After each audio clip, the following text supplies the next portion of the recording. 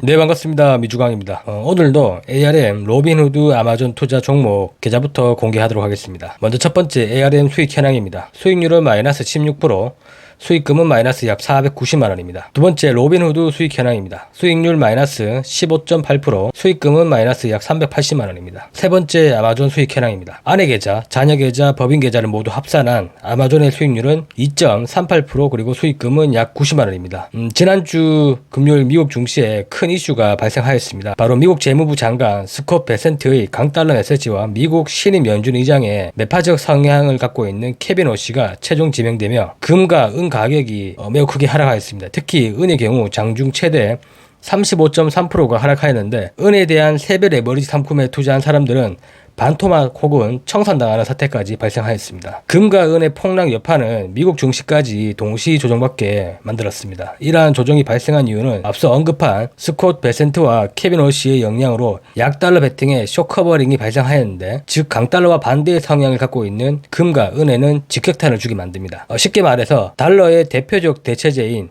금은은 반대로 움직이는 성격을 갖고 있기 때문이죠. 자, 그럼 왜 금과 은이 폭락하였는데 미 증시까지 조정받게 되냐? 바로 금은의 폭락이 발생하면 이러한 손실 보전을 위해서 어쩔 수 없이 가장 유동성이 좋은 나스닥과 관련 ETF를 팔 수밖에 없습니다. 즉 주식 시장이 나빠서가 아닌 마진콜이 발생하여 살아남기 위한 구조의 위함입니다. 상기 여파로 반도체 3배 레버리지 썩술 같은 경우에는 무려 12.4% 하락하였기에 최근 반도체 열풍으로 썩술에 투자하신 분들은 약 2주 전의 가격으로 되돌아갔습니다. 이러한 레버리지인 구조는 언제든지 발생할 수 있기에 3배 레버리지를 하시는 분들은 정말 조심하셔야 합니다. 제가 개인적으로 동경하는 유튜버 디벨롭몽 역시 이러한 이유로 3배 레버리지가 아닌 2배 레버리지로 장기 투자를 하고 있음을 참고하시길 바랍니다. 자, 오늘은 이러한 폭락에서 발생하는 최대 낙폭, 즉 MDD가 언제 어떠한 사유로 발생하였는지를 비트코인, 나스닥, S&P 500 금순으로 한번 알아보겠습니다. 먼저 첫 번째 비트코인입니다. 비트코인이 역사적으로 가장 크게 폭락했을 때 그 낙폭이 무려 마이너스 93%입니다. 만약 1억을 당시 비트코인에 넣어두셨다면 700만원이 된 것이죠. 폭락하여 바닥까지 가는 데는 120일이 소요되었지만 정고점 회복까지는 무려 600일 정도가 소요되었습니다. 중요한 점은 당시 정고점 가격은 비트코인 한 개당 30달러,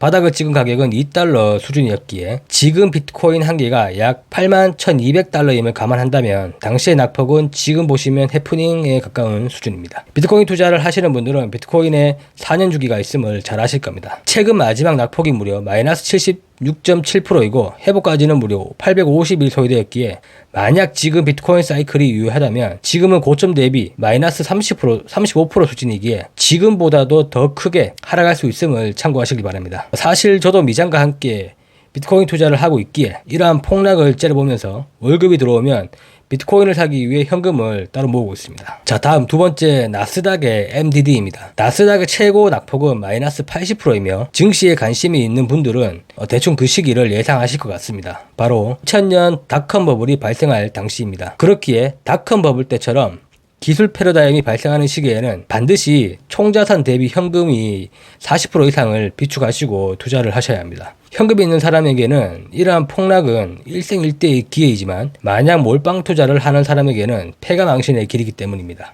그렇기에 제가 현재 투자 종목에 4억 현금을 모두 쏟아붓지 않고 폭락용 현금 2억을 준비한 상태에서 나머지 2억에서 주식 60%, 미국 단기채 40% 수준으로 운영을 하고 있는 것입니다. 다시 돌아와 당시 나스닥이 폭락하고 회복하는 데는 무려 10년이 걸렸습니다. 말이 10년이지 이러한 상태에서 장기 존버는 불가능할 것 같습니다. 대부분의 투자자는 보유 주식을 다 팔고 본인의 인생에서 주식이란 개념은 삭제되고 없을 테니까 말이죠. 다음 세 번째 S&P 500의 MDD입니다. S&P 500의 최대 폭락은 마이너스 57%인데 나스닥과는 달리 발생 지점이 닷컴 버블이 아닌 2008년 금융위기 때였습니다. 바로 은행주가 S&P 500에 포함되어 있음을 생각하신다면 시점이 상이한 부분은 쉽게 이해하실 겁니다. 그렇기에 만약 현 AI 혁명에서 버블이 걱정되시는 분들은 나스닥이 아닌 S&P 500에 투자하시면 보다 혹시나 발생할 폭락 방어에는 도움이 되니 참고하시면 되겠습니다. 또한 S&P 500은 최대 폭락 이후 정고점 회복까지는 약 4년이 소요되었는데 이러한 점 역시 나스닥 대비 낙폭과 회복 속도 모두 안정적인 측면이 있음을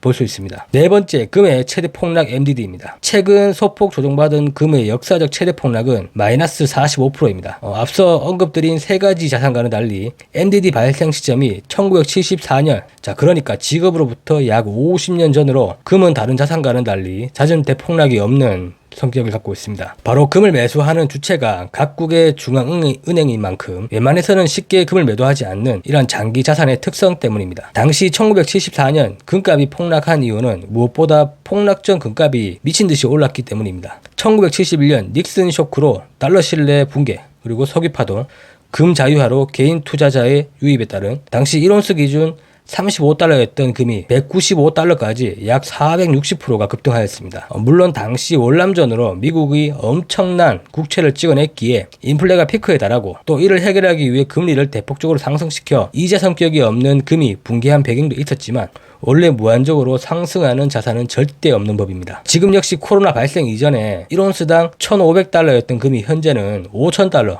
약 230%까지 상승하였기에 과거 대비 지금은 그 중간 어느 수준임을 비교해 볼 수 있기에 금 투자자분들은 참고하시길 바랍니다. 그리고 1974년 대폭락 이후 금의 가격은 4년 뒤 1978년 빠르게 전고점을 회복하였으며 그 배경 역시 인플레이션과 당시 달러 신뢰 붕괴가 원인이 되었습니다. 즉 인플레이션이 발생하고 미국 패권이 약해지면 금값이 폭등하는 구조를 갖고 있습니다. 지금 미국을 비롯한 세계 주요 정부가 미친 듯이 돈을 찍어내고 있기에 개인적인 견해로는 금값은 더 오를 여지가 있다 봅니다. 하지만 AI 발전으로 모든 제조 공정이 자동화가 된다면 제조 비용이 대폭 개선되기에 AI 발전은 곧 디플레이션으로 변질될 가능성이 있습니다. 디플레이션이 발생하면 다시 현금이 왕이 됩니다. 그렇기에 금을 팔고 달러화하는 흐름이 발생하기에 이러한 부분 역시 투자에 참고하시기 바랍니다. 개인적으로 저의 투자 방향은 당장은 인플레이션이 지속될 것으로 보입니다. 그렇기에 너무 많이 오른 금에는 현재 투자를 하지 않으며 오히려 최근 하락하고 있는 비트코인에 소량 투자, 그리고 현재 이러한 국면에서